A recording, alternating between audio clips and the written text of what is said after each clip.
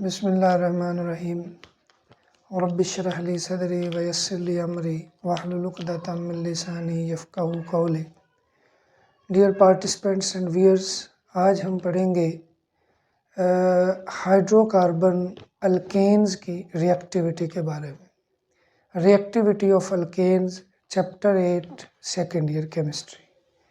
Topic शुरू करने से पहले अगर आपने अभी तक मेरा चैनल सब्सक्राइब नहीं किया तो इस चैनल को सब्सक्राइब करें। वीडियो अच्छी लगे तो इसको ज़रूर लाइक भी करें, शेयर भी करें और बेल आइकन के बटन को प्रेस करें ताकि मज़ीद भी इस तरह के वीडियोज़ आपको मिलती रहें। जी, रिएक्टिविटी ऑफ अल्केन्स में हम अगर इसको देखें, अल्केन्स को हम रिएक्टिविटी के लिहाज से एक टर्म इसके लिए इस्तेमाल करते हैं, पैराफिन्स। पैराफिन्स दो वर्ड्स का कॉम्बिनेशन है। पैरा जिसका मतलब होता है लिटिल और अफिन्स अफिनिटी से है। ये एक्चुअली वर्ड यूज़ किए जाते हैं जो कि ये बताते हैं कि alkanes are less reactive. Alkanes have little affinity to react. इसकी वजह क्या है? आप देखते हैं कि आम तौर पर हम अगर इसके हमारे पास कोई भी हम ऑक्सीडाइजिंग एजेंट यूज़ करें, ऑक्सीडाइजिंग एजेंट, रिड्यूसिंग एजेंट, ठीक है, इसके अलावा हम एसिड्स यूज़ करते हैं या बेसिस यूज़ करते हैं, तो इनके लिहाज से ये बहुत कम रिएक्टिव होते हैं। इनके कम रिएक्टिव होने की वजह अल्केन्स का जो बॉन्ड है उसका नॉन पोलर बॉन्ड का होना और सिग्मा बॉन्ड का होना, जिसको हम इनर्टनेस ऑफ सिग्मा बॉन्ड भी बोलते हैं। बेसिकली अगर हम इसके कुछ रिएक्शंस हमें इसके मिलते भी हैं और वो जो रिएक्शंस मिलते हैं वो पर्टिकुलर टाइप के रिएक्शंस हैं और उनको भी हम देखेंगे। सबसे पहले तो हम ये देखते हैं कि ये सिग्मा बॉन्ड जो है वो इनर्ट क्यों है। Inertness of sigma bond. Sigma bond का जिक्र इसलिए किया गया है कि जितने भी आप अल्केन्स पढ़ेंगे ना, अल्केन्स में कार्बन कार्बन बॉन्ड होगा या कार्बन हाइड्रोजन बॉन्ड होगा, तो दोनों बॉन्ड ही स्टेबल बॉन्ड हैं, सिग्मा बॉन्ड है। और सिग्मा बॉन्ड की डेफिनेशन आपको पता है कि जिसके अंदर ऐसे जैसे दो एटम के आपस में कार्बन एटम जुड़े हुए हैं तो उनमें इलेक्ट्रॉन डेंसिटी इन बिटवीन होती है। डेफिनेशन इसकी क्या है? The bond which is in which electron density lies on the line joining the two nuclei of two bonded atom। For example आप हाइड्रोजन की बात करते हैं ना, तो हाइड्रोजन इस तरह से आपस में जुड़ा हुआ है, इसके इलेक्ट्रॉन यहाँ पे हों, अगर दोनों के न्यूक्लियस को जोड़ा जाए तो अगर उस लाइन के ऊपर इलेक्ट्रॉन हो तो वो कहलाता है सिग्मा बॉन्ड। और पाई बॉन्ड में अगर हम देखें तो ये बनता है due to parallel overlapping. Parallel overlapping की वजह से इलेक्ट्रॉन डेंसिटी या यहाँ होगी या यहाँ होगी। अगर यहाँ पे इनके न्यूक्लियस हैं, इन न्यूक्लियस को जोड़ा जाए तो इसमें इलेक्ट्रॉन डेंसिटी लाइज अबव और below the line joining the two nuclei. यही वजह है कि ये इलेक्ट्रॉन एक्सपोज होते हैं, बाहर की तरफ निकले होते हैं। कोई भी ऐसी चीज़ इलेक्ट्रोफाइल वो इजीली इनके ऊपर अटैक करके इस पाई बॉन्ड को ब्रेक कर सकता है। लेकिन सिग्मा बॉन्ड के अंदर इलेक्ट्रॉन बिल्कुल इन बिटवीन होते हैं ऐसे, ठीक है, और ये स्टेबल बॉन्ड है। इनको तोड़ने के लिए much more amount of energy जो है वो रिक्वायर्ड होती है। तो एक तो इसकी ये नेचर है कि वजह है कि एक इसके अंदर सिग्मा बॉन्ड होता है, दूसरा ये लेस पोलर होते हैं। बाद दफ़ा पोलैरिटी की वजह से रिएक्टिविटी बढ़ जाती है, ठीक है।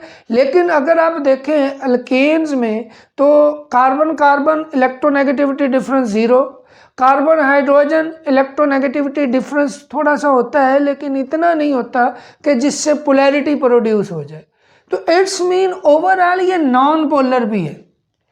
तो एक तो सिग्मा बॉन्ड का होना, दूसरा नॉन पोलर नेचर जो है उसकी वजह से ये इनर्ट होते हैं, कम रिएक्टिव होते हैं, लेस रिएक्टिव होते हैं, पैराफिन्स कहलाते हैं। लेकिन फिर भी कुछ अगर हम इसको ड्रास्टिक कंडीशन देते हैं, बहुत ज़्यादा हीट करके या मुख्तलिफ कंडीशन में ये कुछ रिएक्शन शो करते हैं। उनमें पर्टिकुलर टाइप के रिएक्शंस हैं जिसमें सब्स्टिट्यूशन रिएक्शन है, सब्स्टिट्यूशन रिएक्शन शो करते हैं बाज़ दफ़ा, और दूसरा है थर्मल और कैटालिटिक रिएक्शंस। थर्मल या कैटालिटिक रिएक्शंस भी बाज़ दफ़ा ये शो करते हैं। ये इनर्ट होने के बावजूद ये कुछ हद तक इस तरह के जो है वो रिएक्शंस शो कर रहे होते हैं। इसमें सबसे पहले जो हम देखेंगे इसकी सब्स्टिट्यूशन के लिहाज से अगर हम रिएक्शन देखें या इसकी ऑक्सीडेशन होती है वो मुख्तलिफ कैटालिस्ट की मौजूदगी में, उसको देखें तो ये हमें मुख्तलिफ किस्म के प्रोडक्ट देते हैं। जैसे एक सिंपल एक रिएक्शन हम देखते हैं इसमें से अभी, नाइट्रेशन। अब नाइट्रेशन क्या है? Nitration of alkanes. ये याद रखना है कि नाइट्रेशन मुख्तलिफ कंपाउंड्स की हो सकती है, अल्कीन्स की हो सकती है, उसके अलावा बेंजीन की हो सकती है। सिंपल नाइट्रेशन जो है ये क्या होता है? Introduction of nitro group, NO2 group into alkanes. अगर हम अल्केन्स की बात कर रहे हैं, अगर किसी और की बात करते हैं तो फिर उसका यहाँ पे नाम आएगा कि जिस भी कंपाउंड में नाइट्रो ग्रुप की जो है वो इंट्रोड्यूस करवाया जाए तो वो नाइट्रेशन कहलाता है। अब चूंकि हम इसमें बात कर चुके हैं कि इसमें सब्स्टिट्यूशन रिएक्शन होता है, तो इसलिए जब इसकी नाइट्रेशन करेंगे, फॉर एग्जांपल हम मीथेन ले लेते हैं और उसकी नाइट्रेशन करते हैं, तो हम इसके साथ नाइट्रिक एसिड का रिएक्शन करवाते हैं। यह सोर्स है, रिएजेंट है यूज फॉर नाइट्रेशन, और हाई टेम्परेचर पर तकरीबन 450 डिग्री सेंटीग्रेड, इतना ज़्यादा हाई टेम्परेचर चाहिए होता है। उस केस में ये CH3NO2 और साथ में ये वाटर बनेगा, इसको बोलते हैं नाइट्रोमीथेन। ठीक है। अब ये जो नाइट्रोमीथेन है वो मीथेन से हासिल हुआ इस प्रोसेस के थ्रू, इस टर्म के थ्रू कि ये क्या है? सब्स्टिट्यूशन हुई है। One of the hydrogen from methane is replaced by nitro group. That is why it is a substitution reaction with respect to alkanes, और इसके साथ साथ हम इसको नाइट्रेशन भी बोलते हैं। ये रिएक्टिविटी कुछ आगे जो है वो कैटालिटिक ऑक्सीडेशन वगैरह है, वो हम इंशाल्लाह नेक्स्ट वीडियो में देखेंगे। यहाँ तक मैंने आपको बताया कि अल्केन्स पैराफिन्स होते हैं, कम रिएक्टिव होते हैं, लिटल अफिनिटी टू रिएक्ट होती है।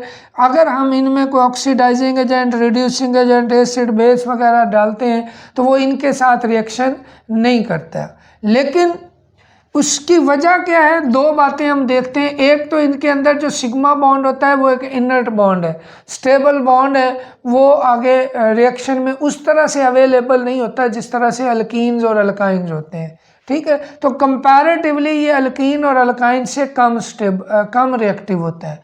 दूसरा, इसकी जो नॉन पोलर नेचर है कि कार्बन कार्बन और कार्बन हाइड्रोजन की इलेक्ट्रोनेगेटिविटी डिफरेंस इसमें वो नहीं है कि जिसकी वजह से ये बॉन्ड पोलर हो जाए या ओवरऑल ये मॉलिक्यूल पोलर हो जाए। तो जो पोलर होते हैं वो उनके वाले से जो इलेक्ट्रोफाइल न्यूक्लियोफाइल का अटैक ईजी हो जाता है। जो नॉन पोलर होते हैं वो एज ए इलेक्ट्रोफाइल या न्यूक्लियोफाइल उनके पे अटैक जो होता है वो मुश्किल होता है। इसलिए इनकी ये बॉन्डिंग तोड़ना और इनसे रिएक्शन करवाना वो मुश्किल है, कम है इसका reactivity order as compare to other alkenes और अल्काइंस।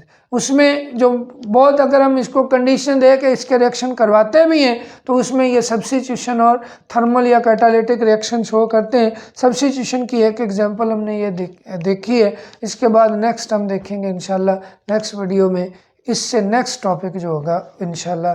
तो टच रहिएगा, कीप वाचिंग, थैंक यू, अल्लाह हाफिज़।